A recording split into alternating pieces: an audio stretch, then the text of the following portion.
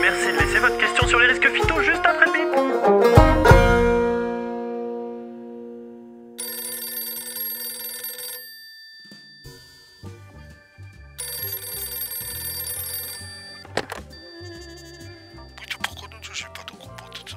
Aujourd'hui, nous nous retrouvons avec un agri dont l'exploitation grossit et qui va accueillir son premier salarié. Il se pose des questions au sujet de la démarche de prévention des risques chimiques. Et évidemment, il veut bien faire les choses et identifier son rôle ainsi que ses responsabilités.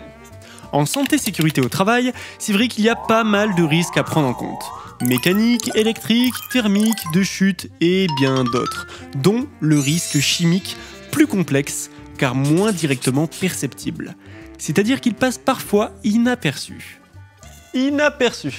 C'est un peu comme tout l'amour que j'ai pour toi, chaque jour.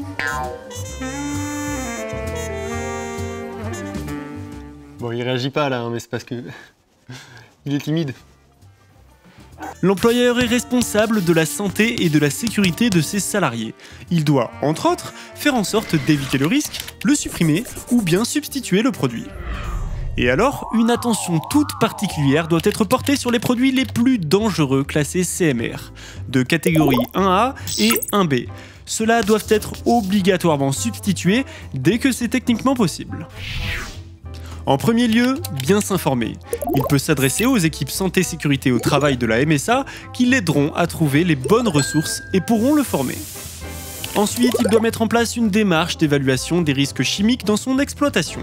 Pour ça, il tient à jour le DUERP, le document unique des risques professionnels. Le rôle de l'employeur consiste aussi à appliquer les principes de prévention et à attribuer les moyens nécessaires à la protection de la santé et de la sécurité de ses salariés. Et oui, ça ne rigole pas. Il doit respecter les principes généraux de prévention des risques professionnels du Code du travail. Et d'ailleurs, pour en savoir plus, c'est ici que ça se passe. En accompagnement de sa démarche, l'employeur met en œuvre des mesures de prévention sur l'exploitation pour réduire l'exposition aux risques chimiques. Par exemple, il opte pour une cabine de pulvérisateur de catégorie 4 ou décide de s'équiper de systèmes de transfert fermés. Vous savez, les fameux STF dont on a déjà parlé dans l'épisode 2. Allez le voir!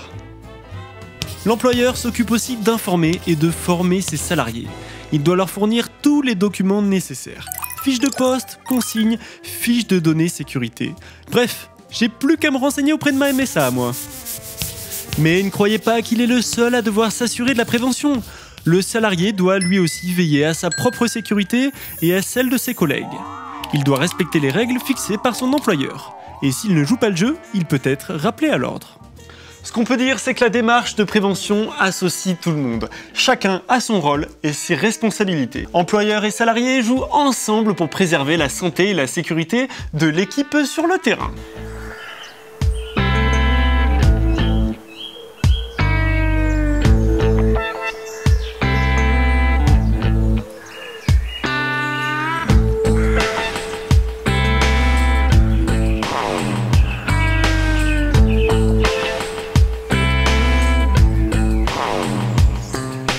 Sur ce, on se retrouve très vite pour le prochain épisode.